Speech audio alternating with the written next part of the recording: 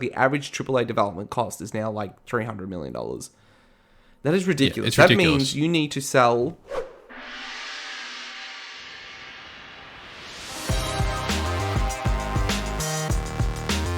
Hello and welcome back to Dodge, Parry and Roll, your fortnightly Australian... Oh, there's something in my eye. Independent video game and existential crisis show. I am your host, the tired one, Josh LaRosa, joined by my dear friend Vinnie. Vinnie Chans. Vinnie. How are you? I mean, I sound better than you. I was sick last week, so it's nice to be 100% this week. But how you doing? The tired one. I am so tired. We're recording a day late. I'm still not happy with this lighting. I'm gonna dim that a little bit. I look a little too shiny. A little pasty? Like a porcelain doll, which is not a good look. I need to get proper lighting. That's another thing, right? If I have my lights, we upgraded our downlights, so they're really good downlights, but they're very bright, so they don't do too well on camera. So I think I just need some. This is a mess anyway. We spent $200 at Officeworks printing photos like it's 1998. And we're building albums for the kids. I like that. I'm a big fan of that. Physical media, I'm all for it. Well, yeah, exactly, right? And we were doing really well with Nathan up until his first birthday. So we got pretty good, like, we did a photo with everyone that came in, including yourself, that came to the house and held him for the first time. You know, obviously the ultrasounds, pregnancy photos, blah, blah, blah, blah, all the way through to his first birthday. And then we got distracted, things happened. So I said to Nate, like, I want to keep doing this because this all came about, and I'm derailing the whole show already. I can't even remember if I've introduced you or not. I did, Vinny. Yeah. We went to my nun's house. Yeah. And, typical, bring out the photo album and blah, blah, blah, blah, blah. And I was like, oh shit, we need to go back and do that and finish that off. So I wasn't expecting to spend $200 on photos. It all up became $200, and that includes some bigger prints because we did updated family shots in the frames in the house. But yeah, about 180, 190 Australian dollars in this market is a lot of money. In this economy. And we're going to talk about that a little later. But yeah, so I've got like, I don't know if you can see behind, there's albums and just piles of photos. So we're like rejigging Nathan's one, updating with all the new stuff, then starting one for Jordan. So yeah, this backdrop's just, it is what it is. Mean, your backdrop's crazy. I mean, I didn't realize until we started recording that. So no blur. Because I installed a new GPU into my computer. And then all my codecs on my computer went haywire because PCs are fun. And then I lost my blur. So we're recording. I'm going to have no blur. So you can see the chaos that is. What do you want? A 32-inch monitor from 2012? No, that's my old TV. Oh, wow. It's a Konya. Konia. Yeah. Sick brand. Has a DVD player in it. One of the ones on the side? Yeah. Got my Beyblades in the bottom. Oh. Got a shredder. This is my to-do list of items that I need to customize and change up. Is this where you do like is this the room behind you where the desk is that you do like all your painting? Little things like that. I was actually thinking maybe I do try to track down a morpher now and get it customized because they're so cheap. I saw one for $16 and I should have grabbed it. The reignition morphers? Reignition one, yeah. Oh, don't worry, I bought you one. Oh, God, so you can always rely on you, Vinny. Yeah, for $16. So yeah, I have to pay for that. I'm gonna buy the stickers too. So yes, it's gonna look schmick. I think let's do. Now that I've opened some of the reignition stuff, let's just do it. Let's just get the repro labels. I might even do an order if you're keen on the missile attachments for Sabretooth and anyway.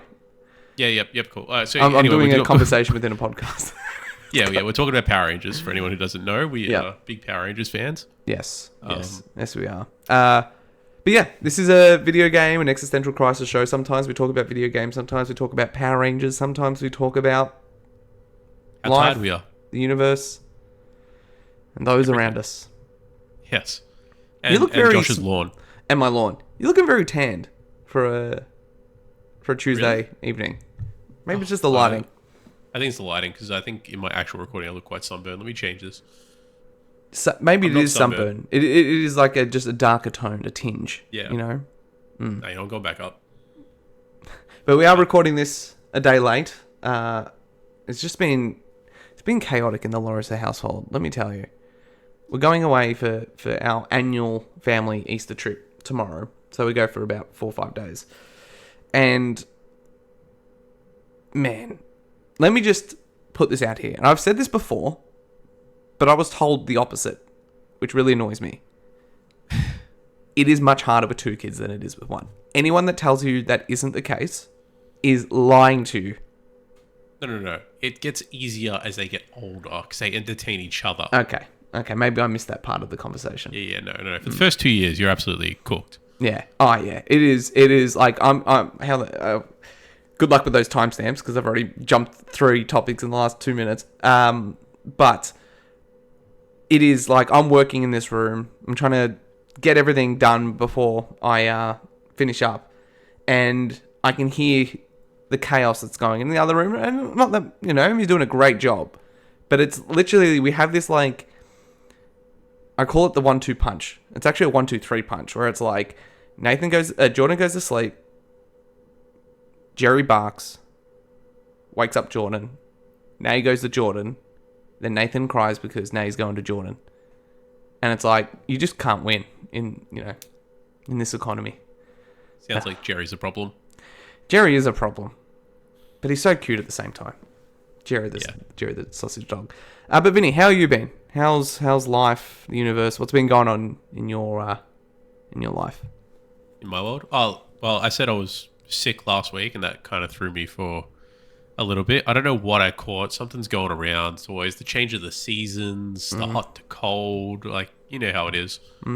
But in terms of life, nothing's happening. I'm just chilling. I'm just cruising along, kind of hanging out for these holidays. Wait, didn't you buy a house? Weekend. Oh, yeah, cruising. Nothing happened. Cruising. Yeah, nothing happened. I bought a house. Congratulations. So yeah. Cheers, thank you. In this economy, I bought a house. What a dumb move! Just in time for another rate rise and all that jazz. So yeah, I settle in a month. And then I can start paying my own debt. What's the moving plan? How quickly are you out of the house? Okay, so I want to be out of the house by Christmas.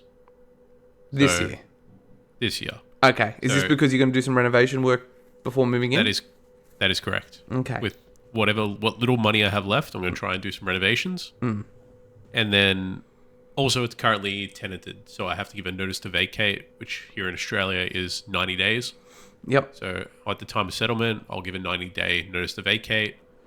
Then after that, so the slogan for this renovation is, I was speaking to my girlfriend Sam about it. We're spitballing ideas and how, we can do this, we can do this. But the bottom line is we need to measure up. We're going to go in there, take actual measurements, see what happens. So important. And see all the damage that needs to be done. Because there's some things, like I got to go under the house and like put a couple of stumps up. I saw, I got my inspection report. There's literally one, it's stumps. Okay, it's on stumps. Old log houses, it's on stumps. So I can get all under it, that's fine. But at one point, when I got the inspection report, I got one image and it made me laugh so much. It's literally just a brick. Yes. And a wedge. Yes, of course. It's like it's holding up a floor joist. Yeah, that's the European way. An old brick from the house. Way. It would have been from like the Europeans love to do this thing where it's like they build the house with brick and then they build like a fence with brick that's either in the back or front yard, and it's the leftover bricks. My dad, he got rid of it after I had moved out, right? And they built the house before I was born. Had a pile of bricks from the house that was sitting, and I'm not just talking about a few bricks. I'm talking about from the floor up to the fence, a whole fence section of bricks, because they actually built the house themselves, like literally, him and his parents. They sat there for 20 years. That's what it would be. Those bricks that they're going, you know what? Just put a few bricks in here, a piece of wood. Yeah, that's it. It's like, it's sloping a little bit. Just throw a brick and a wedge in there. You'll be fine. Yeah. So, Yeah, I have to jack up a couple of stumps and put in some new ones. Yeah. Things I can do, things that I don't want to pay anyone else to do, but they're like super, what's it called? Labor intensive. Yeah, I was going to say, so what, you could do that? Yeah. No, I wouldn't be doing that. It's not hard, it's just time consuming. Here's the thing. A concrete stump from our like Bunnings or whatever, $11. To actually get someone to re-stump your entire house, it's like 20 grand. But if I only need a couple of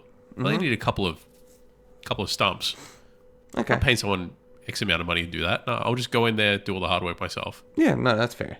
That's fair. I'm a doer. Yeah. And also very cheap. I mean, in this economy. Yeah. In this economy, yes. But I'd say frugal. Very frugal. So the opposite. I'm going to say. I am too, but I do prioritize Yeah, you're half Maltese. getting someone else to do it. Then I've got no skill. Like, let's be real. If my father-in-law can't do it, and my brother-in-laws on both sides can't do it, I'm really limited. Like, what am I going to do here? You know, YouTube University. That's all you got to do. I haven't got the time, Vinny. There's no Yeah, time. true. You don't have the time because you have 2 kids and a sausage dog, and then you have to. This bloody sausage dog. There is no time. There is no time. Yeah. At all. It's just chaos. Chaos. But besides the house, things are good. Things are good. Things are good. Yeah, just playing some games lately. That's good. Yeah, so we were at what's it called? I showed Sam Kingdom Hearts for the very first time. So we're going to be playing that. Which is awesome. So she's about 3 hours in. She's enjoying it. She's finding it like simple and clean, pun intended. Yeah. Very, very, very whimsical. Gosh. Very colorful. This is one thing I'm really appreciating about playing old games. There's so much color and vibrance Yeah. in the games, and it's like it looks like a game. Yeah. I mean, it's cartoony. It's fun. It's enjoyable. The music's chef's kiss. So we played. She's playing on normal mode. We just finished Wonderland, I think. Okay. Yep. And so she did Destiny Islands and all throughout that. She struggled on beating Riku, which is Yeah, me too. Yeah, I was like, I can't do this. yeah. Can you She, beat him? You can, though. Yeah, I'm assuming. Yeah, you can. If It's so easy. Okay. It's probably something stupid you got to do, like get him in this one spot, do this one move that locks him in a. It's every four attacks See, you land. He does that jump kick. I hate that jump kick. Yeah. Yeah. So she went 0 and 17. She kept playing. She's like, I have to beat him. I must do it. Good on her. It's like determined. Yeah. And then I told her, it's like, oh yeah, after every 4 auto attacks, he then does this like flying jump kick at you. So then she was able to beat it. And then she was doing the race as well on day 2. Yeah, that Trying to beat stupid him thing there. collapses. Gets me Yeah. every time. Yeah, so she did that as well. So she beat them both. She did the time trials in Olympus Coliseum for the smashing the barrels. So Yep. she's pretty good. Yeah. Pretty good. Hasn't beaten any bosses yet. Oh, besides Darkseid. That's pretty simple. Yeah. Yeah. But no, she's enjoying it. She said it was quite fun. So we're going to keep playing that. I think we're going to play it again on Thursday night. Nice. And I started playing Skyward Sword with Right. her as well. The remaster on the Switch. Yeah, the remaster on the Switch. Yeah. It's, once again, very colorful. It's an interesting take on Zelda. Mm-hmm.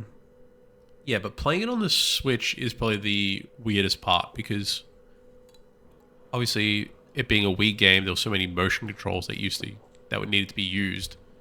And it's different to Twilight Princess where it had a GameCube version that still had button configurations for everything. So this is the only true like Wii game. So the thumbstick is used to attack. The right thumbstick. So instead of pressing a button to attack, you'd use like the right thumbstick to do your That's right. directional movements. And it's like depending on if you like swipe left, right, it attacks left. Yeah. Yeah. So cool take, but kind of finicky on the controller. But I'm not sure if I'd rather play it on Wii or not, but I've never played it on Wii, so we'll never know. But the flying is good. The flying mechanic is fun. Yeah. That's why I'm kind of excited. There's been rumors going around of Ocarina of Time remake and it being fairly high budget.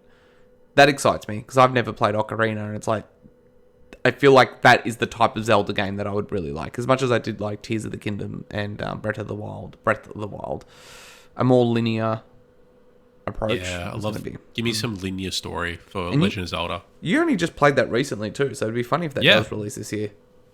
Be great. Yeah. I'm kind of excited to see both, and I can compare them both because playing that game, it is actually a 10 out of 10, even in this day and age. You can play so they've done what's it called? Because it was a 3DS port of it. Yeah, correct. Yeah. And people have done PC ports over to using you can make it ultra wide screen, and then you can do the really high new textures. So you can kind of get it to some kind of in between a remake or in between remaster. Yeah. Which is quite good. But no, it was nice to play it on the N64 with scan lines, all that stuff. It was great. I'm going to close my window because, see, that sausage dog again. That's actually Ruby barking. So I don't know if it's coming through. Is it coming through? That bark did, but the other ones haven't. So this is, this is a tangent, but let me close the window first before let me do that. Not in 1 second. Continue. Yeah, it's all right. Continue. I'll continue. Yeah, as Josh closes this window and gets up, is he wearing shorts? Josh is always a shorts man. I need to confirm or deny this. Oh yeah, he's definitely wearing shorts. All right, let's hear it. Now, Josh, I have to ask you a question. Are you wearing shorts? Yes. Did it not seem like I was wearing shorts?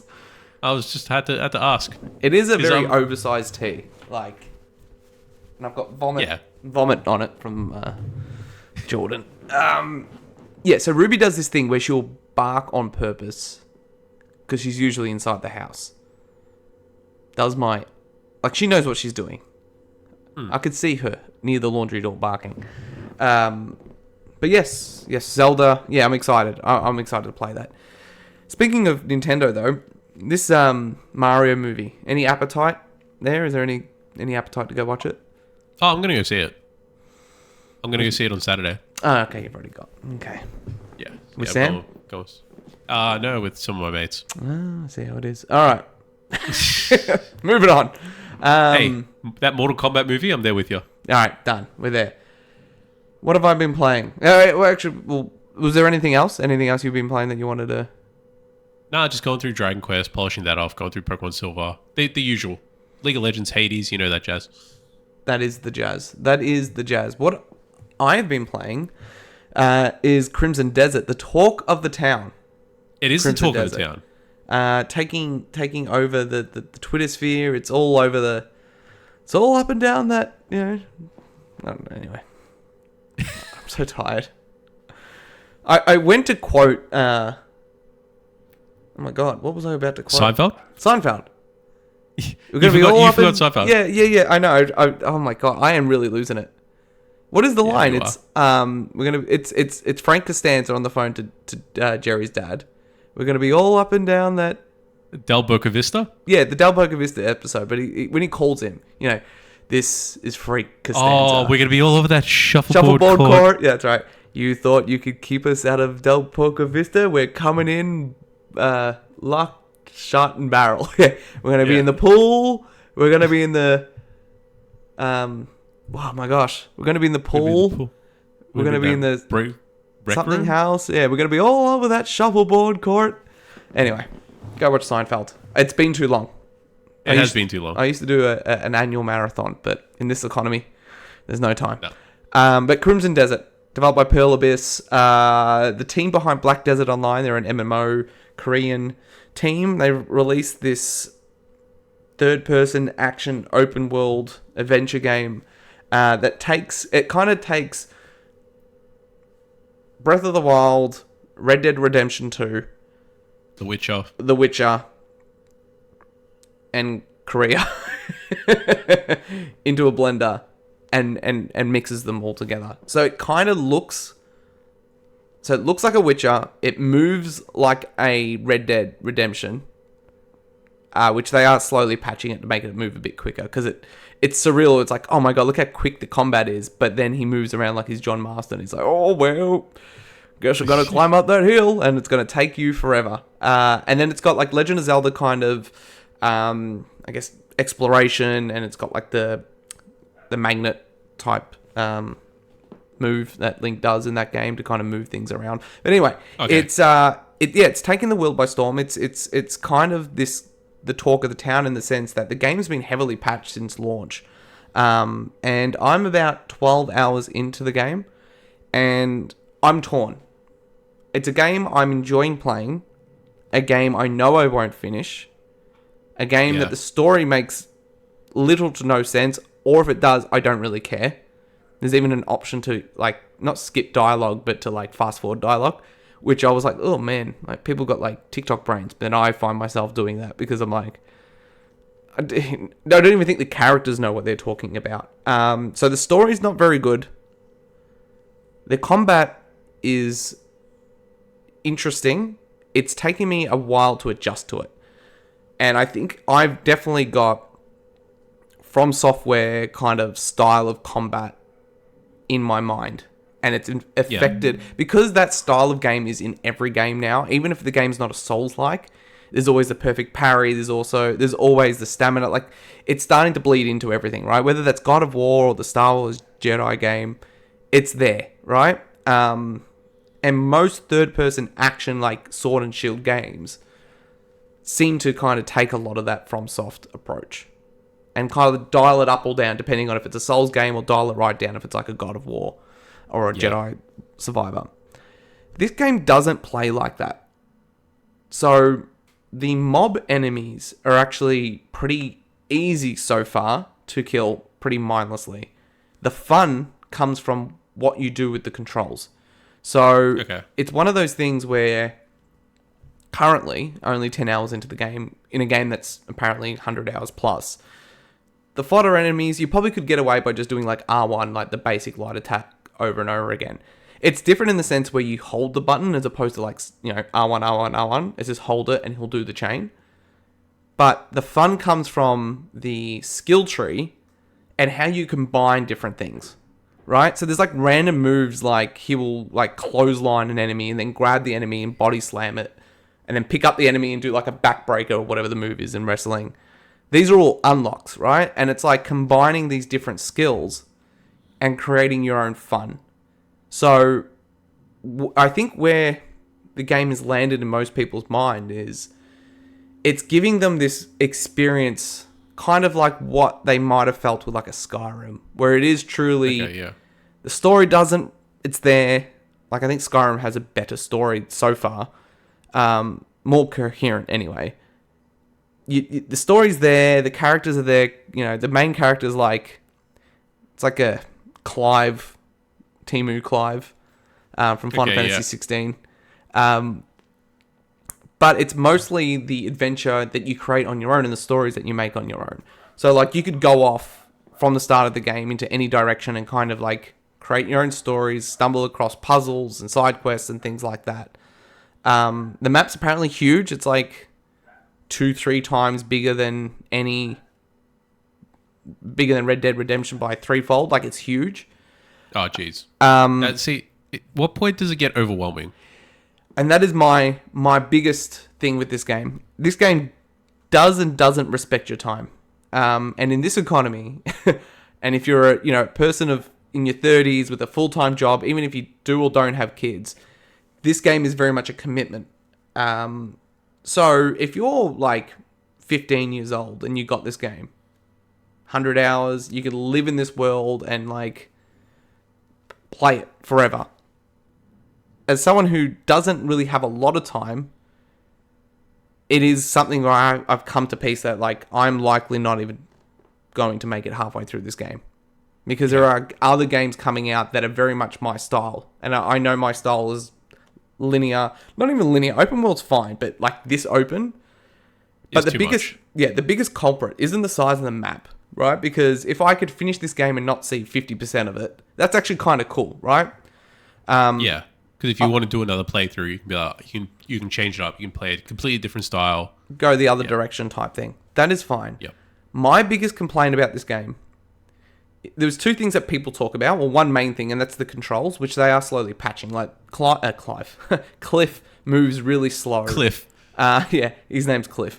He moves really slow. Like the climbing's clunky, the jumping's clunky. The way you interact with like items on the ground and characters to activate quests is still kind of clunky. It kind of has that MMO vibe to it. Like, you know, you walk up to a character, you kind of have to lock onto them, and then you've got like 3 or 4 different options. It's like greet the character, gift something to the character, engage with the character for a mission or the store. You know, there's a 4th one, but it's like there's just multiple different things, right? And it's kind of a little clunky. I mean, I would say that makes sense considering Black Desert was their MMO. Yeah, so, and I believe this game started development as an MMO, and then as a successor, from what I've heard as well. Yeah, that stuff isn't bothering me too much. I think my biggest issue with this game is the layering of so much mechanics that it just becomes a little overwhelming if you're not playing this game like it's your life. So if you're playing this game for a few hours, then don't play for a day or two, then come back. You're like, whoa, and then all of a sudden it's introducing you to like town management mechanics. It's introducing you to like just so much, to the point where people are kind of saying like the tutorial is like the first 10 hours.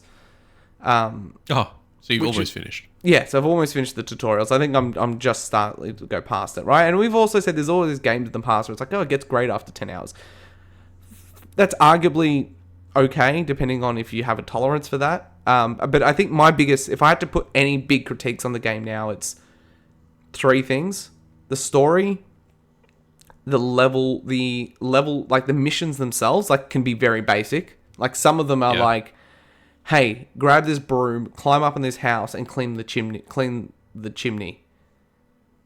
And the reward for that little thing is a piece of clothing that you could wear to get into a certain town, to a certain parameter within the town, like a castle.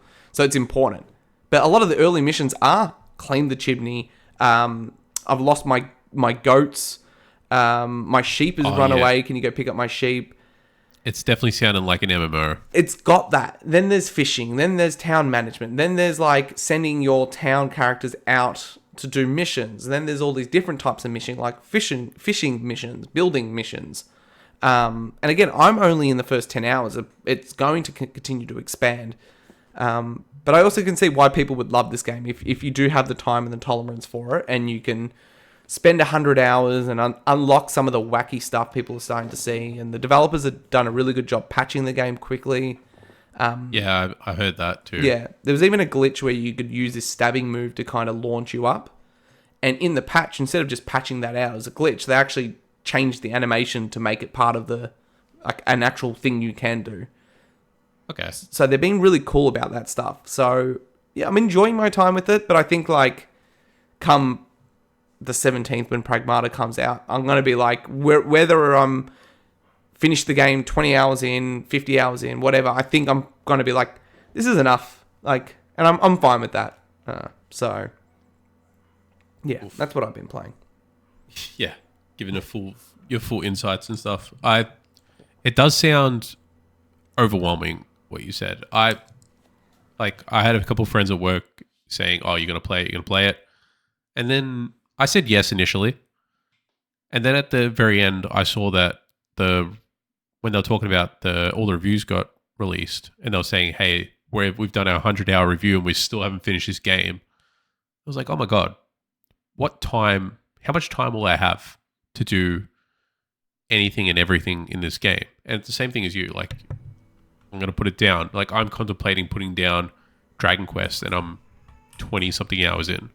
Like, I will finish the game because that's an easy one to pick in, do a couple of things and chop out again. Much like how you play Pokemon. Any turn-based game I find is easy to play.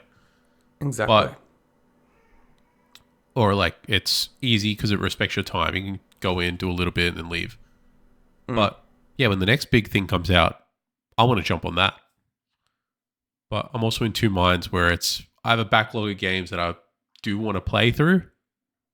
And should I prioritize those first and then play the new games when I actually have time to play them.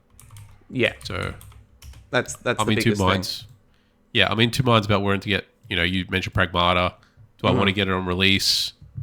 Depends on reviews. So, that's a good segue into kind of our next subject. Perfect. Yeah, definitely a great segue into our topic, into our new, what are we calling this? A new what do I Segment? call it? New segment. Jesus, I'm really losing it. This is the second time we've done it, and that is Perfect Parry, where Vinny and I predict the Metacritic score of an upcoming game. Now, I'm going to very briefly go over the rules now that we know it, because I watched back my explanation, which didn't match what I ultimately went to build, that we agreed to as well. So maybe for this episode, Vinny, one more time, we will bring up the rules, the very simple rules. And bring it up every time. I think it's so. just as... I think we can't explain it any better than that. But essentially, the way it works is we predict a Metacritic score of a game, a big game launching in the 2-week period between when we do this show and the next episode. We're going to be capturing the Metacritic score as of day after the game's release. And we will... I don't know... I'm open if we want to use PC as the parameter, because you know how it gets reviewed on Xbox, PlayStation, and PC. Like for Crimson Desert, it was only PC reviews day after, so I just used that as the figure. Interesting. So, let's just use PC, right? Let's use a middle ground, even territory between the consoles. So the rules is this: you predict the Metacritic score. If you get it, bang on, 10 points. Then 4 numbers either side. So if it's at 80, between 80 and 84, and 76 and 80, you get either 4 points, 3 points, 2 points, 1 point, all the way to 76 or to 84. Yep. Simple. So the first time we did this was for Crimson Desert, funny enough. Now, Vinny, you landed on an 83 for your prediction. I did. I landed on a 79. It landed actual day after 78. So He's good. I received 4 points. Vinny, 0 for this time. Zero. Okay. Still plenty of time, right? There's only the first guess. And you know what? I would agree with that. I think the game's between good and great, between 7 and 8, and depending on if you're a person like me, it's like really good but not quite great. And then if you're someone with too much time in your hands, I can see this game being 8 or higher. So I think 78 is actually a pretty good landing point. But the next game, and essentially what we're going to do is tally all the points at the end of the year. When we do our Game of the Year episode, the loser will wear a clown wig and nose, and maybe clown makeup. We'll see how much it might come in the set. So you might as well, or I might as well. One of us. I'm just assuming. We'll do it. I think that'd be funny. But the next game up is Pragmata, out of Capcom, launching on April 17th of this year. So not too far off. No. I think, actually, if I bring up the calendar, Vinny, it comes out the day after we record next episode. So we'll actually pick up on the following week's one. Because it comes out on the 17th, which is a Friday. And I think we're on the 13th, if we go by the Monday recording schedule. So we won't have an update on this during next week, or next fortnight's episode. So what we'll do at that point is do the next game, which I think will be Saros. So I need to go through and check the dates, which is coming out of Housemark. But Pragmata out of Capcom. What's your gut check? There was a demo available on Steam that's now available on the consoles. Have you played it? No, I downloaded it and then went, no, I'm just going to wait. I've got a goodish feeling about this game. Okay. So you did go first last time. Mm-hmm. So I am happy to... I'd like you to go first, yes? Yes. So this is interesting, right? And I say that a lot. This is interesting. I've noticed I say that a lot. But it is. Well, it might be interesting. It is interesting. Or I wouldn't say it. This is a new IP, right? And that could be very hit and miss. But Capcom have been very much on a roll. So, I think this game is going to land anywhere between an 80 to an 85. If I look at Capcom's recent Metacritic kind of games, you've got, all the way up into the 88s to 90 with Requiem and Resident Evil 4. There's games kind of under that with some of the Mega Man collections, which, but Capcom typically don't miss. So, again, this is a new IP, so it is a little risky. But I think I'm going to... Something's telling me an 82 or an 84. Okay, interesting. I'm torn between those two.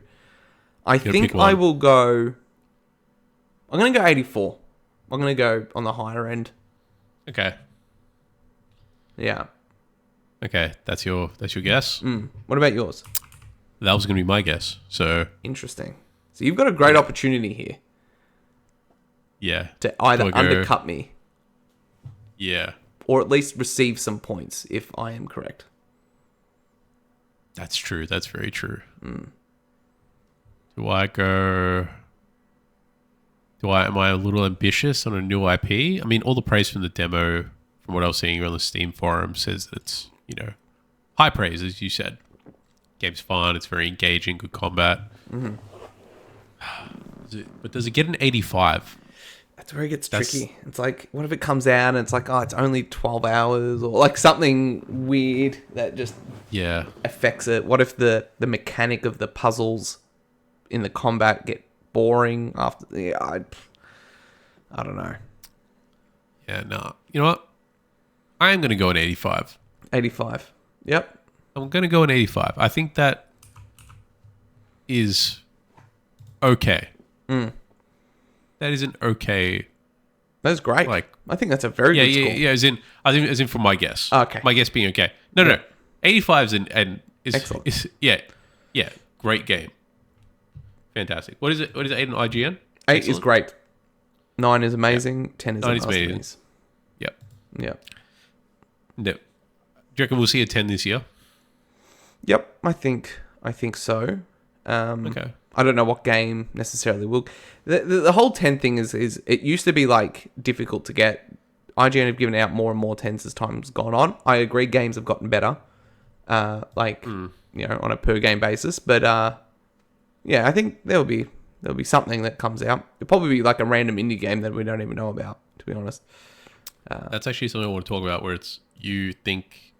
I mean, we can talk about it now, or we can talk about it a little bit later. Where I want to talk about how the quality of games has gotten better, so your bell curve of games is therefore skewed with, like, for example, Crimson Desert coming out 10 years ago would be a 10 out of 10. You think about it like that. However, with the quality of games coming out, at least from visual, any kind of like mechanics, as long as they're solid, you're getting at least, if it's not buggy, visually good, decent story, decent mechanics, decent gameplay, you're looking at least an 8. Whereas that kind of pedigree 10 years ago would have been like a 10. Yeah, you're fighting a different battle. It's the attention economy these days, where it's like there is so much being released that even if your game would have been considered a 10 years ago, it might get get lost in the sauce. Today. Yeah, and there's a lot of games like that. There's some, you think about, I don't know, just a random AA game that comes out that the players who play it love it, and that maybe if it launched during the PS3 generation would have been like received as this second coming, but because no one played it. Yeah. Yeah. Literally, like, fantastic game. That came to mind when you said, AA kind of great game that kind of got shadow dropped. I think it did receive its little buzz when it did come out, but Hi-Fi Rush? Yeah, I was actually thinking that too. If that launched during the PS2 generation, like... Yeah. Could you imagine? Yeah. Yeah. Fantastic. It's funny that we're both thinking that. Yeah. No, great minds think alike. That is definitely it. And it's a combination of the tools becoming easier, so you can have smaller teams still do great things.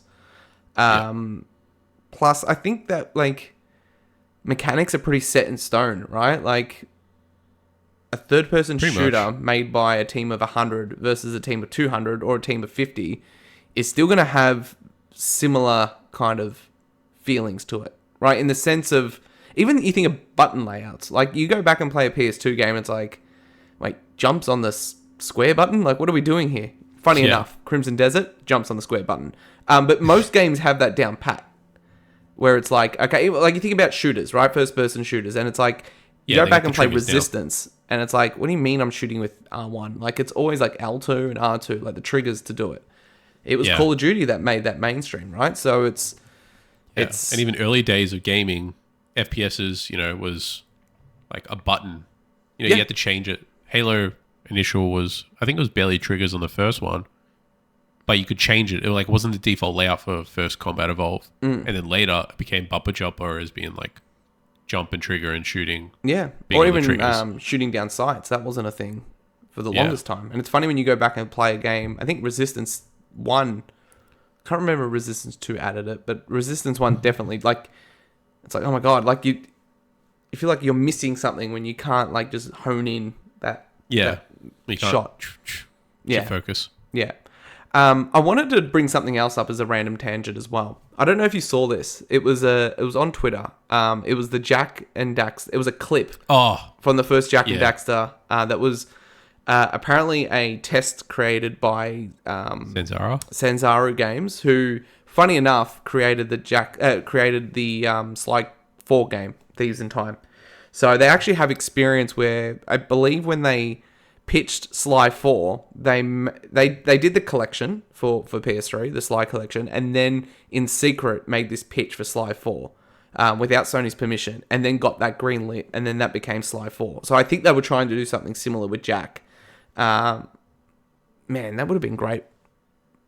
Oh, yeah. So I saw that little snippet of like the Jak and Daxter remake, was that little clip from the first cutscene.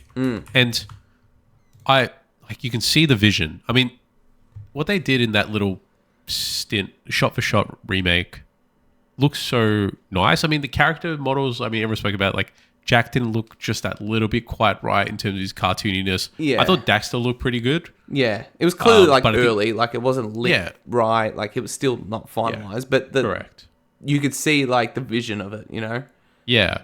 And if it was anything, if it was anything like how Toys for Bob made Crash and made Spyro, they really captured. I think Spyro looks very much like how I remembered him being. Yeah. When I played the PS1 game. So they captured his attitude and his visual style, and his sassiness of his smirk, and just the way his face looks and the way his eyes light up. They captured that perfectly in the Toys for Bob remake, even if it's on Unreal Engine 5, which people do talk about, or 4. People do talk about how it kind of adds a certain, feel. I feel Unreal Engine 5 definitely has that more than I felt it with 4. I feel like 5, you could pick it. Like, you could just go, 5, you can pick it for sure. Yeah. I kind of love that. Not that specifically about Unreal, but I love, like, being able to pick.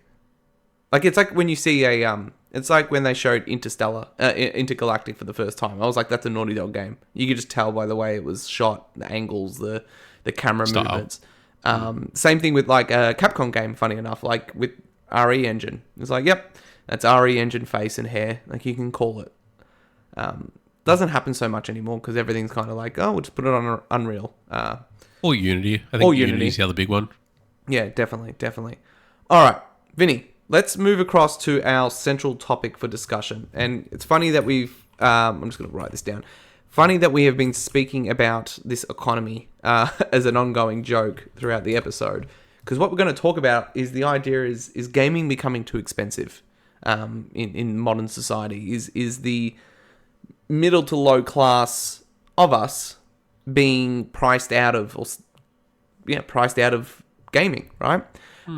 So this is off the back of, I guess what really triggered this conversation was an announcement made by PlayStation on the PlayStation blog a few days ago on the 27th of March around new price changes for PS5, PS5 Pro, and the PlayStation Portal Remote Player for some reason. So effective of April 2nd, across all markets, PlayStation was increasing their console prices I'll talk American for a second, then I'll jump to Australia, our home turf.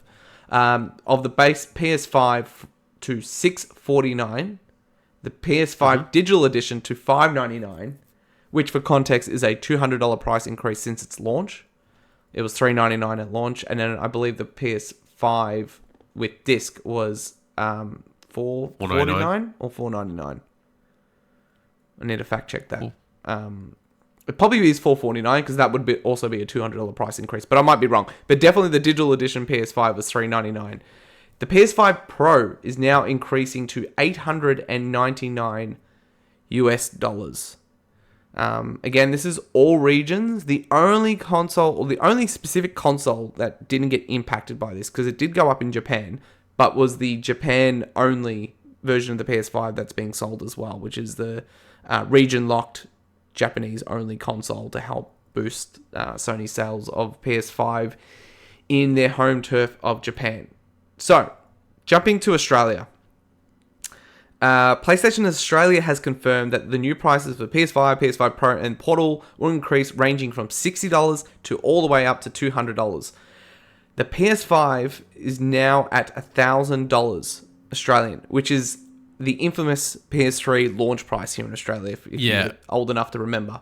So, effective April, PS5 standard, $999 Australian dollars, was $829. PS5 digital, $919 from $749, so bigger jump there.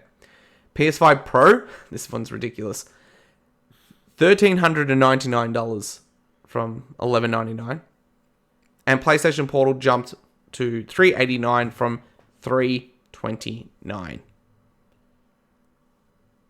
In this economy. Go, gee whiz.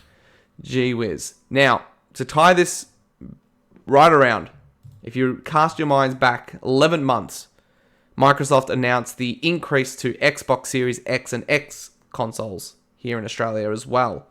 So the Series X in America increased to $599 USD, which is now 940 Australian dollars.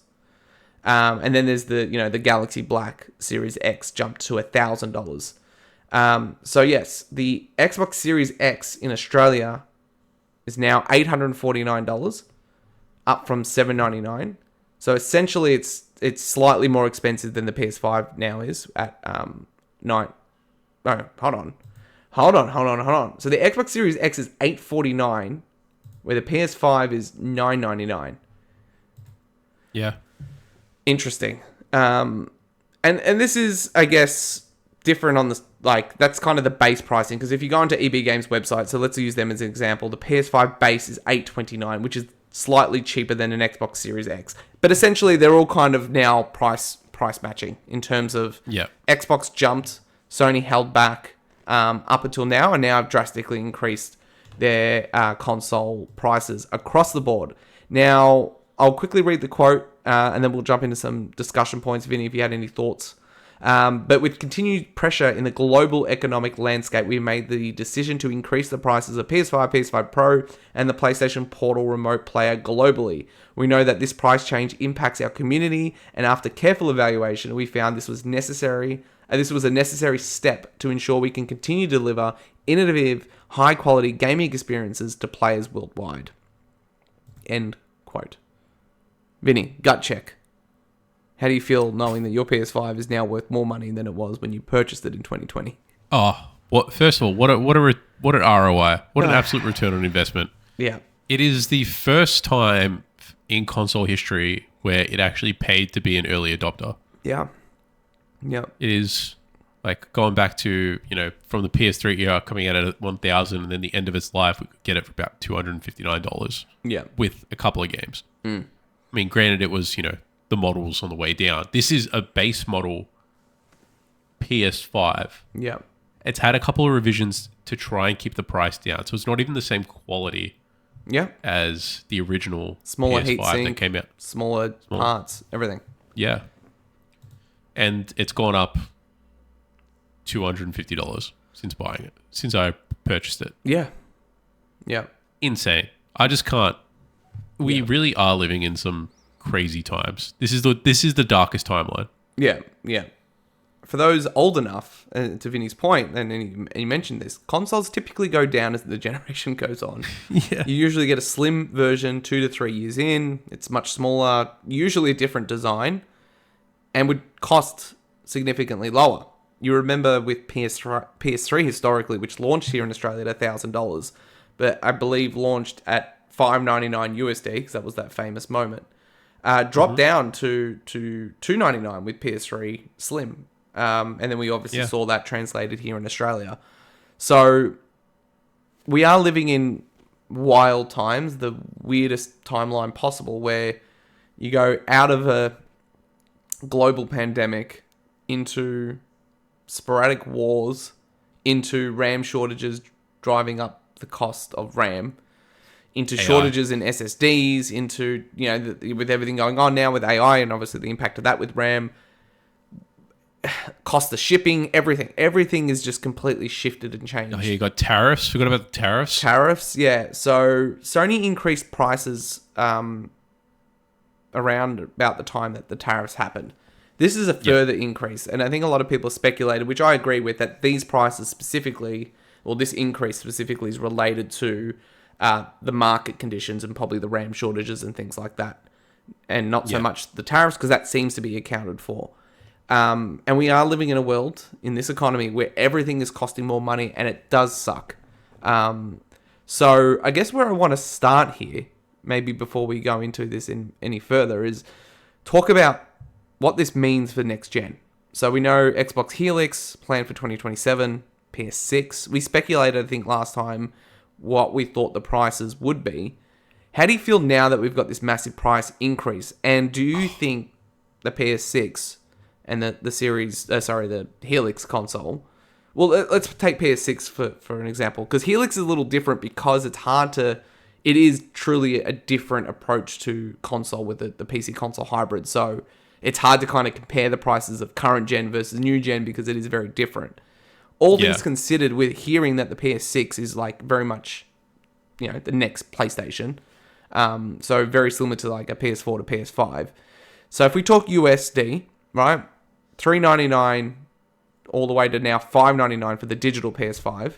So $600.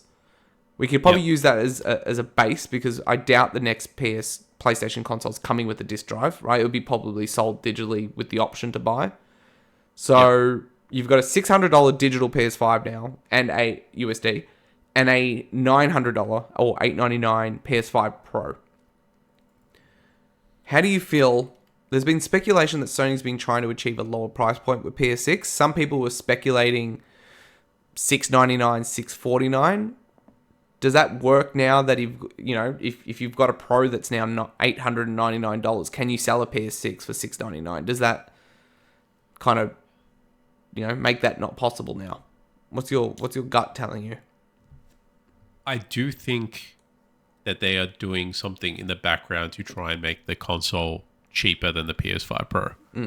The hardest part is because they had residual hardware that they're working with for the PS5, that as those items have gotten more expensive, they can't change the actual core of the product. They just have to kind of live with these price increases and kind of bear it. Whereas if they start from scratch at a lower price point, things becoming obviously a lot more efficient. They say that the tech industry advances almost, in 6 months prior, you'll have a dinosaur. It advances that fast compared to prehistoric age. Every 6 months, there's technological advancements where you just got blinded by your own spreadsheet, I assume. Yep. There are these technological advancements that are so groundbreaking where it can actually be super affordable at times to start from scratch. Like new chipsets, new graphics cards, all those things that are far more efficient and cost effective than what they had 6-7 years ago. Whereas the PS5 Pro is working on hardware that was developed 6-7 years ago and even earlier, and is still using that to this day. So I think we could probably get away with $699. Yeah, I agree. That's what I think. Yeah. No, I agree with you. And it's funny hearing the discourse online, which I can understand the initial feeling of I mean, these price increases suck. Like, they do suck. And we're going to talk about the impact to that to the everyday person playing video games. And we will get there. But on PS6 specifically, I've seen this kind of dialogue online. It's like, how can they have a PS6 out in the market for $699 and then have an $899 Pro?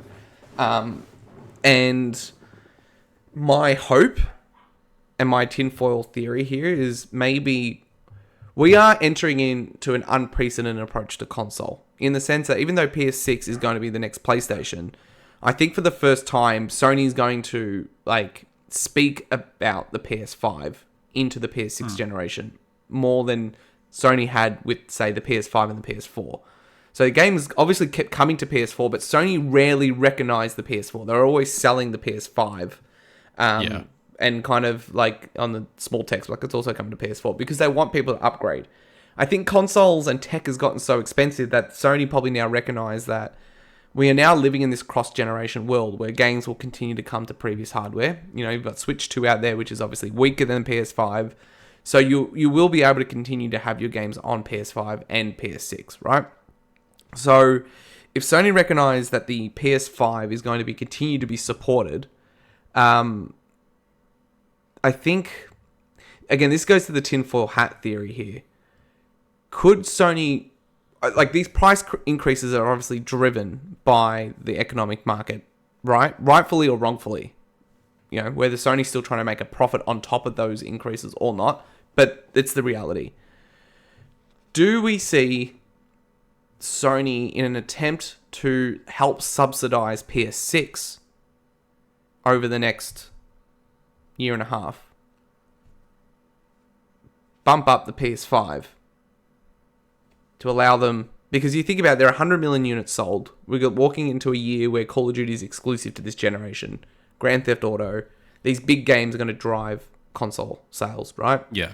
Because if you're a Call of Duty player that's been playing on PlayStation before and you haven't upgraded, you're going to have to if you want to play Call of Duty. And Grand Theft Auto, obviously.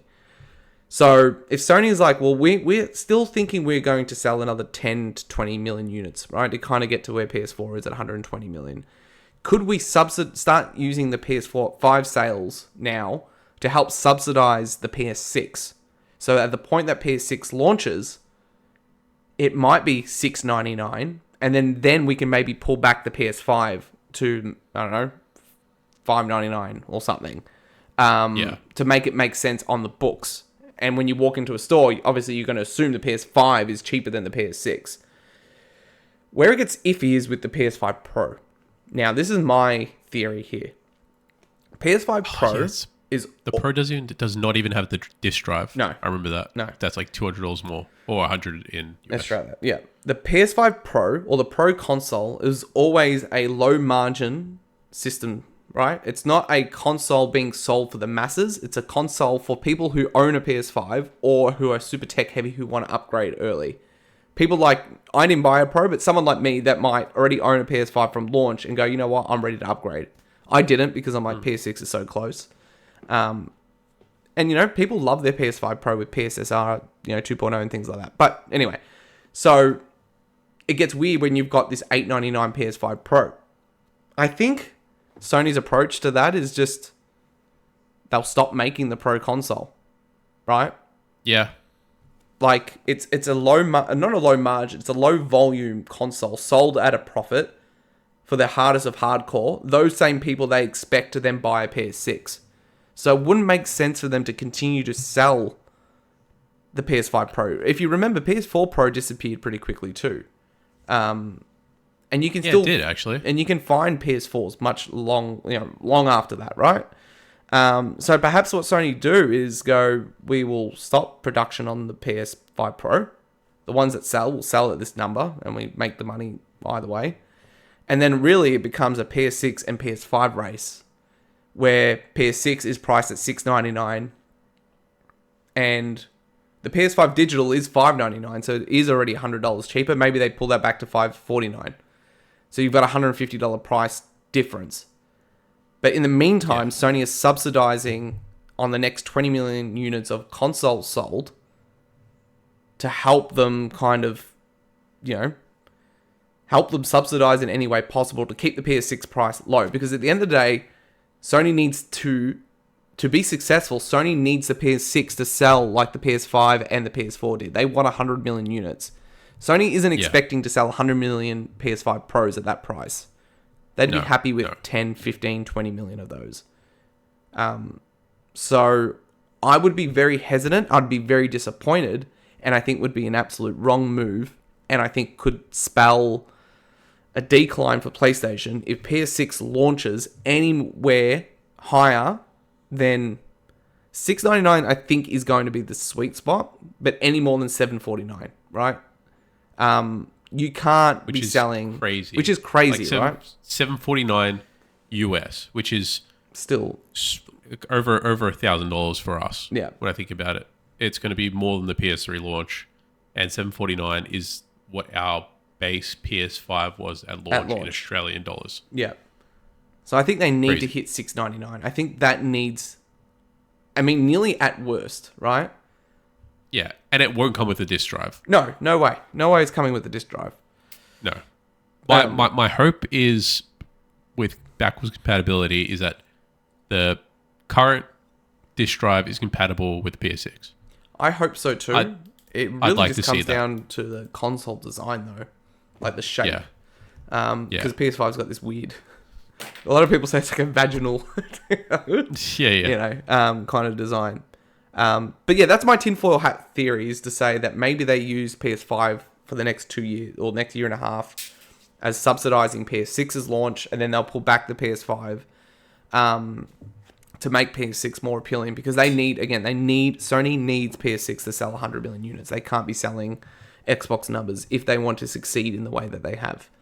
But they make killing on what's it called, digital. Yeah. PlayStation. Yeah.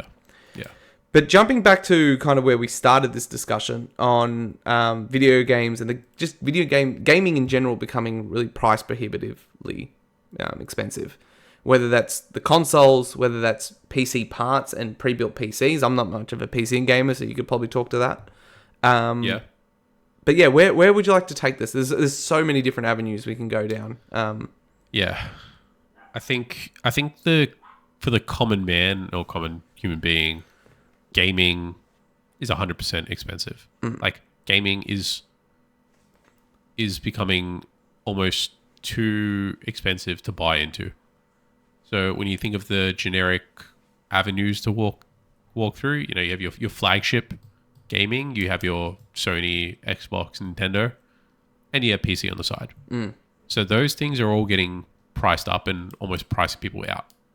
Unless you have a full-time job and you have big boy money, it's very hard to afford. It's not something I could save up as a kid when I bought my GameCube or when I bought my Game Boy Advance.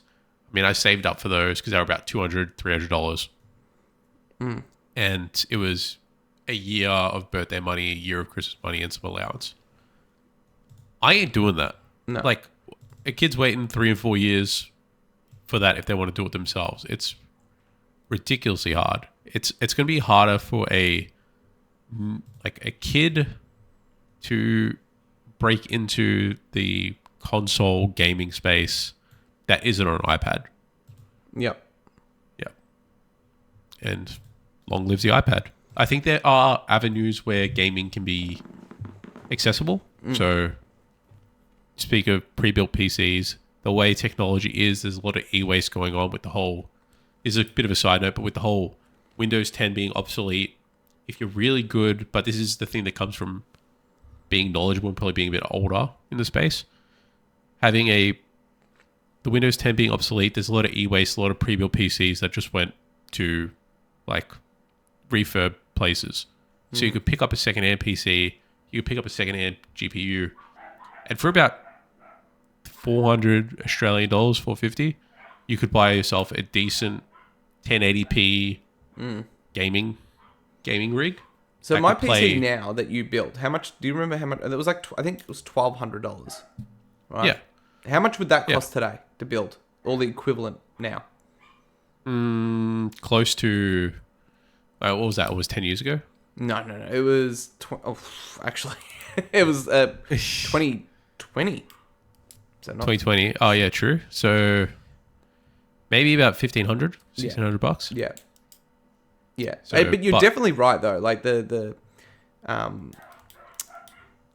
younger generation, it's not like when we were kids and you could beg your parents for a PlayStation 1, right? Or a PS2 that was priced much lower than where we are today. PS1 launch, it was what, $290, well, famously $299, right? That was the American the price. quote. Yeah. And then same thing with PS2, and it wasn't until PS3 when it was $599 or 1,000 Australian dollars. But you could you could back then ask your parents to buy one on the basis like, oh, we can justify, we need a DVD player. Okay, like, let's go for it. It's a media center in that sense. You can go for it. It's in a world where the parents would use it as a DVD player, where that wouldn't happen today. Yeah, and it's go. Stores here would bundle PS2s and PS3s with Sony TVs. Yeah, that was something they'd be like, oh, it's like, oh, if you're getting it anyway, and parents would go into that. I know so many people who opted into that just because, they had like a 3-4-year-old, even up to 10 years old, saying like, oh, I want this. It's like, well, if we get this TV for an extra couple $100, we get this console that originally costs. That's how I got my PS3. Yeah, it was a Good Guys deal where my dad was buying a TV, and I begged because that was a lot of money. Like, on the TV, like obviously there's a premium on the TV. You're saving some money, but I begged. I'm like, look, please, like this is like so like. And it's the same thing with the PS6. As bad as it sounds, it's like I said this to Naomi. I'm like I'm already starting to like slowly put some money, money that I get from gifts and things like that aside. But it's one of those things where I'm like, look, whatever it is, right, within this realm, there is no choice here. Like I'm going to, and even she's like, I get it. Like tell you $20 a week between now until launch, you will have your money. Yeah, but it doesn't work like that when your money's all pulled. So what I'm doing now is basically, if I get a gift with money, I put that aside, and then whatever's there will go towards it, and then whatever the delta is, I'm taking the credit card with me type thing. So okay, yeah. But it's funny, like you talk about the younger generation, and on that point of not being able to ask for your parents because you're not going to go, hey mum, I want this $1,000 console, right? And there was some market research done by Matt Piscatalia, who's at Sakana, and it was looking at the American market specifically, but it kind of goes through the different aspects of the changing console market and its impact to the younger generation. And it's funny, as part of his research, it's kind of, which is true, that console game is increasingly dominated by older existing players. People like us who have grown up on PlayStation or consoles and have purchased the next one. But there are fewer, newer, younger users entering the ecosystem, which makes long-term growth hard. Yeah. So where are those players going? Right? Obviously, Switch is very popular with the kids, but it is iPads and what else do kids play on?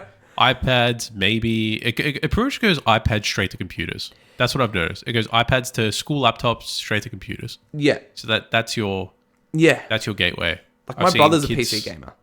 Like my brother. Yeah, I know. Your brother. And it's driven by, like, it's funny, like, you watch a TikTok or a stream and people play on PC when they're streaming, right? So it's like, hey, this thing, and you follow this person and it's like this big streamer. They're playing on PC. You want a PC. It wasn't that.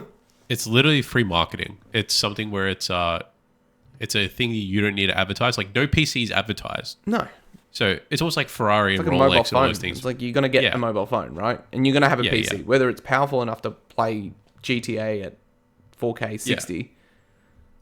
The advertising is free because all of Twitch, pretty much run by PC streamers, and then all the TikToks, all the little freaking YouTube shorts, they're all literally PC gamers playing on PC and streaming in same thing, mic setup, camera, mouse, keyboard, podcasts, whatever. It's on PC. Podcasts on PC. Yep. Literally anything is PC. The PC can do it all. Yeah. Yeah. And the gateway is kids having iPads for school, kids having laptops for school, kids having PCs as adults. It's that trajectory. Yeah, and consoles becoming no longer the gateway into gaming. It's actually a premium enthusiast device now, where it's I can see for the that. hardcore, right? Especially at these prices, where it's, again, it does become difficult for the person who only plays Call of Duty or Madden or whatever to justify that much money. Yeah, for sure. Yeah. I thought it'd be funny, Vinny, to this website specifically uses USD and uses the consumer price index number for inflation, just for some fun facts around what the consoles of old would cost today with inflation. And it'd be interesting now that we've spoken about PS5 pricing and the increase in the Xbox and things like that, how different it was. So the Nintendo Entertainment System, famously $199, cheap, what we consider cheap at $199, would be $585 USD today, right? So, interesting. It's funny, Neo Geo, which launched at $649, it would be worth, in 1990, over $1,500. Imagine paying $1,500 for a Neo Geo. Jeez. PS2, PS1, famously $299, $622, right? So, price inflation accounted for, consoles, whilst getting more expensive, if you take into account inflation, at least according to this data, have always been expensive, but definitely not on the scale that they are today. Right? Like, definitely not. Except for maybe the PS3, accounted for inflation, because that launched at $599 in 2006. But yeah, I just thought that was interesting to kind of look at that. Yeah, I'm like looking at the last kind of home, like the last home console that was in that USD mark that was quite comparable. I mean, the Wii being $250, that's a pretty solid price. Back on launch, and now only being $400 now, like amazing. Granted, it was essentially already 6-7 year old hardware. It was just what the GameCube should have been in terms of power, or was GameCube powerful. But even the Switch One, $299, being about $400 now. That's still very kid friendly. Yeah, and that goes to the economic conditions, right? Because even if you look at the PS5 digital, right, launched in 2020, as we know, $399, adjusted for inflation, that's only $489. And we spoke about before the PS5 digital $699. So even adjusted for inflation, it's like $120 more. And that is the economic impact of the parts and freight and things like that. So AI, tariffs, war, all that, all the above. But yeah, it's not. And like two out of three of those things are Donald Trump related. I'm pretty sure. Yep. Yeah. I can't do the voice. That is one impersonation I wish I could do, because I think, look, politics aside, we're in Australia, so we're not like, But America is such a big powerhouse that it doesn't obviously affect the rest of the world. I don't follow politics enough as is, but Donald Trump, not as a politician, exactly how he is with a microphone is funny. Yeah, he is funny. Like, him in a different environment, not as the president of the country. Yeah. Him as Donald Trump would be funny. Like, he had his own TV show. He had The Apprentice. He was a TV personality and a billionaire. Yeah. Then he decided to be a president. Yeah, exactly. So he was entertaining for something. Yeah, very much. But yeah, like, again, according to the data, right, and again, this is using US, but they're a great kind of barometer for the rest of the world. Like, growth is happening in PC. It's happening in mobile. It's happening in subscription, which I'm not too happy about. And obviously digital ecosystems. And I always believe things do come full circle. And this is something we spoke about last time as well. It's like, as much as consoles go up in price, they're always going to be cheaper than a PC, because they're sold in the tens and hundreds of millions. But console, whilst being cheaper to some extent, is now no longer so cheap where it becomes an easier decision. And Correct. with fewer and fewer younger people wanting to buy a console and instead move to PC, it does leave console in an interesting spot. And this article says that it's not collapsing. The console industry market isn't collapsing, but it is definitely plateauing and does have a little bit of an uphill battle once people like us age out, right? Because we're 30, Yeah.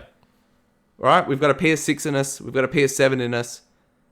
Sony might be sitting there and going, well, after that, we don't even think there will be consoles. So if people, if we do decline at that point, we need to adapt anyway. And that's where IP becomes important. Yeah. But the problem is Sony's money is made on the store. And the store is only viable if the hardware is viable. And if it isn't, it moves to PC, and then Steam basically takes all of it. So it will be fascinating to watch. Yeah, I wonder now with the Steam machine, how that's going to go with pricing. Because if it ends up being... If it launches. The Steam machine gets released at $7.99 USD, hypothetically. Mm-hmm.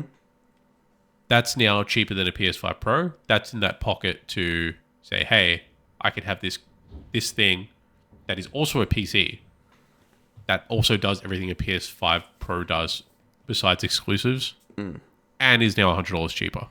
Do I think that's going to happen? I don't see that happening. Yeah. But it's more for the impressionable kids. Yeah. Like you said, kids want a PC. Yeah. Kids who already want the PC, they don't want the brand. Like, they're not committed to the brands like we are. They'd want that device. And if it's actually at a low enough price point... See, I don't agree. Because I don't agree. All right. Let's hear it. Let's hear why you don't agree with my take. I just don't see a world in which someone who likes a PC will buy what is extensively a console that will be plugged into a TV. Because at that point, I know it's the PC ecosystem, but you're not getting the PC experience. No. And if you're a PC player, you're more inclined to want a PC, right? That's the whole point, is like that. But this can be a PC. This is the thing. It's like you can plug a mouse and keyboard into it. You can use it. Like they did the showcase on the intro. Yeah. Like, yeah, I guess so. Hey, it's your new pre-built. It's your new pre-built PC where parents are like, hey, I need to buy something to appease my kid. My kid wants a computer. Yeah. I can get him this that functions as both. You know what? Granted, the parent needs to be a little bit more tech savvy to actually figure out what it is. But yeah. And to be fair, they have never themselves called it a console. They just call it your games on the big screen, machine. Powerful PC gaming made easy. So you're right? Is there an argument to say like the player would want something that they could upgrade, right, and change parts in and out of and build themselves potentially? See, I see Steam Machine more appealing to already established Steam and PC gamers who just want something else that they can plug into their TV to play games because they're already so heavily invested in PC and have a library on Steam. Like, I don't see this as like... we spoke about this, right? Like, being in stores, being an option as a pre-built. I kind of see this being sold very much as Steam Deck was, where it's like, it's on our website, it's for the hardest of our hardcore. And again, they don't have the economy of scale as Sony. So from a pricing perspective, even though it's just as powerful as a PS5, we're here to assume that it's going to be more expensive because of that, right? Their ability to maybe sell 5-10 million of these. But I think you may be right on the whole, because you're right. I'm watching the video. They do have it literally plugged into a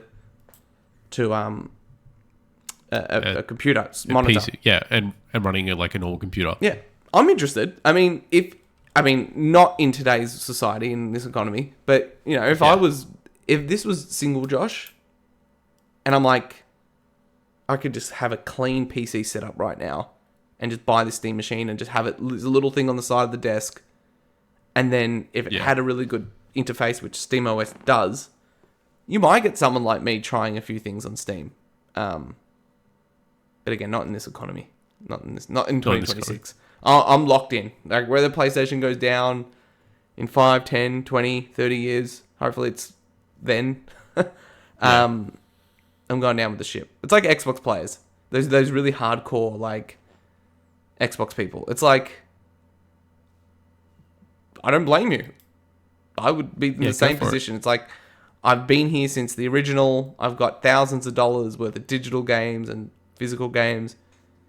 They're making another console. I'm here for it. If it's the last one, well, so be it. You know? Ride to the end. Ride or end. die. All right. Vinny, anything else you wanted to touch on there? I know we're going a little long. Are we going long? Depends what you want to deem as long.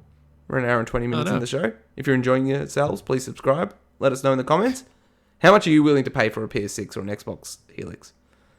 Vinny, or a Steam machine. Or a Steam machine. Of course. But I'm open. I'm here all night, baby. Wherever you know, at this point, kids are asleep. No. This is my time. So, This is your time? Whatever you want to do. No, I think the last thing I want to talk about is, and we're talking about consoles evolving, but this doesn't even have to include to what actually is on the console. So you can buy the actual item itself. You can buy the console, but you're actually not getting anything to play. You're now getting... So this is the thing where we're talking about consoles being expensive. In the last 2 years, we saw the whole... Well, in the last year, we saw the whole $80 game for $80 USD for Nintendo. Mario Kart World being the first $80 Nintendo game. Yeah. What's going to happen in a couple of years when PS6 games come out? Are they going to be sold at a higher price point? So now the entire ecosystem is now up in price. And is this where they're subsidizing games from as well? Yeah. Or is it going to be... It's now a new thing where it's, hey, I can afford it. I've saved up all my money as a kid. I can now buy a PS6. However, I now can't afford a game for another 6 months until I get an allowance. And so then the avenue is this PlayStation way of saying, hey, we have a PlayStation subscription service where for $12 a month you can play these select few of games. I don't know how much it is. I don't have it. I got rid of it too. It's funny, we're talking about PCs. Yeah. My left monitor is completely frozen. So amazing. I'm still recording. I'm still here. Yeah. Yeah. Beautiful. That's fine. Yeah. No, you're right. And it's funny. We saw a very big pushback on the $80 price. I'm hesitant now on that $80 price because I actually think it's on the teams to scale correctly with budgets than it is to simply keep increasing the price on AAA games. I think eventually it will happen, but I think we saw a massive push back on that. Nintendo got away with it, but Outer Worlds 2 announced at 80, pulled right back. We're not there yet. You need to be a Grand Theft Auto to get away with that, I think, in today's economy. I think that's the name of this week's Fortnight's episode is this economy. Yeah. So that is an option for developers, yes. And I guess, the bigger the cost of the game, the more cut the platform holders get. But I think with all the increase in development costs, what it's unlocked, though, is that AA indie space and the exploring of the scale. You've got great games that are $20, that are $40, and then you've got the 60, 70, 80, whatever, right? Personally, I think, well, as a consumer as well, it's like sort it out, right? You don't need to, and Jason Schreier spoke about this, like the average AAA development cost is now like $300 million. That is ridiculous. That means you need to sell, I'm just going to do quick math, probably about 4 to 5 million units to break even on a game like that. Yeah. So, you hear a Sony game sell 10, 12 million units. Half of that's gone just to break even, right? And then at that point, you're basically making enough money to pay for the next game. That's not good enough. And you know what the answer is? Teams out of China, teams out of Korea, Japan, still to some extent, parts of Europe where it's cheaper to develop games. It's these American teams that are going to struggle because it costs, an average salary of $100,000 is a lot for a team of 200-300 or whatever it is. In some cases, it's not even that. I feel like the fact that we have such efficient like gaming design engines like Unity, Unreal Engine, where they should not be taking this long. They should not be this expensive. You should not have such a vast team to develop something that is going to be so pricey. You don't need, $300 million of salary for a game that's being developed. This is the question where I feel like people are a little bit more entitled, saying, hey, we actually need an extra guy here because I'm a bit too overwhelmed. Yeah, work from home. I get Yeah. it. I do the same thing. I do the same thing too.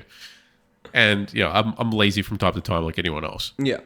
But at the same time, I feel like they needed, but that's the thing where you get overworked and then people leave and that's how a business collapses. Yeah. But if you look at Twitter.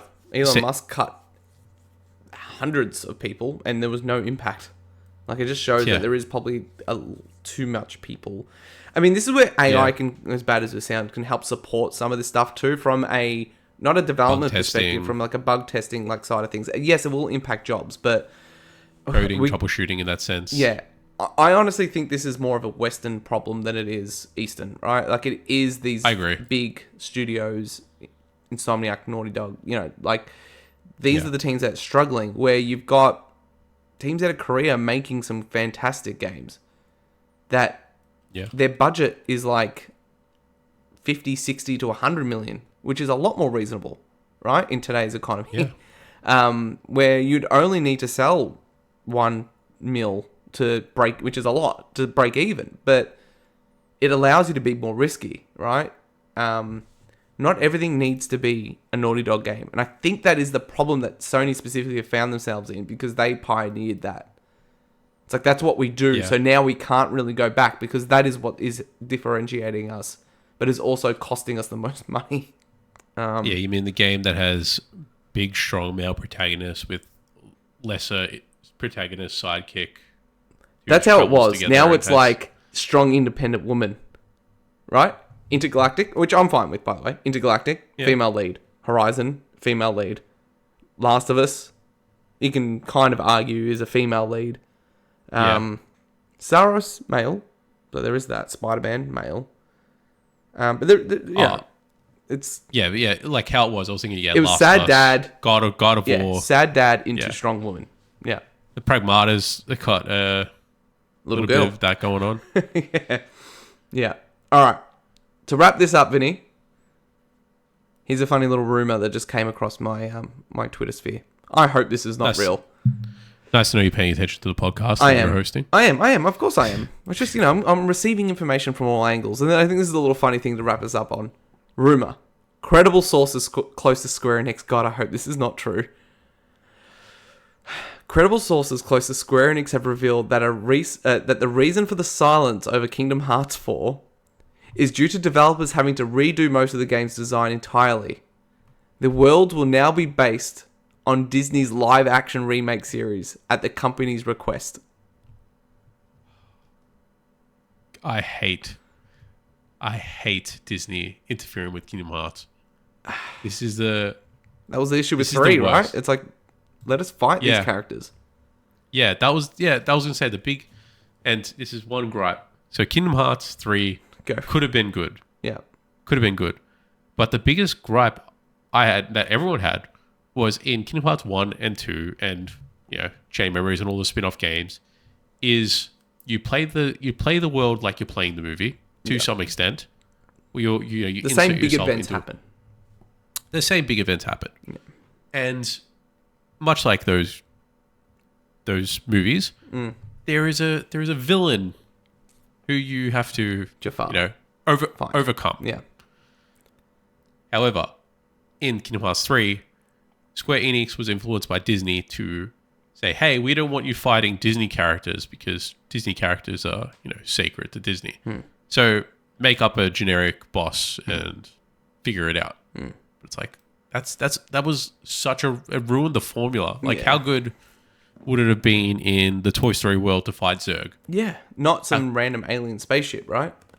Yeah, exactly. Yeah. Or Big Hero 6 to fight the guy in the Kabuki mouse. Yeah. Or Tangled to fight Mother Gothel, who's possessed by the Heartless. Like Now any that other, was like a big tree thing, right? I'm just trying to remember. yeah, it was a big tree.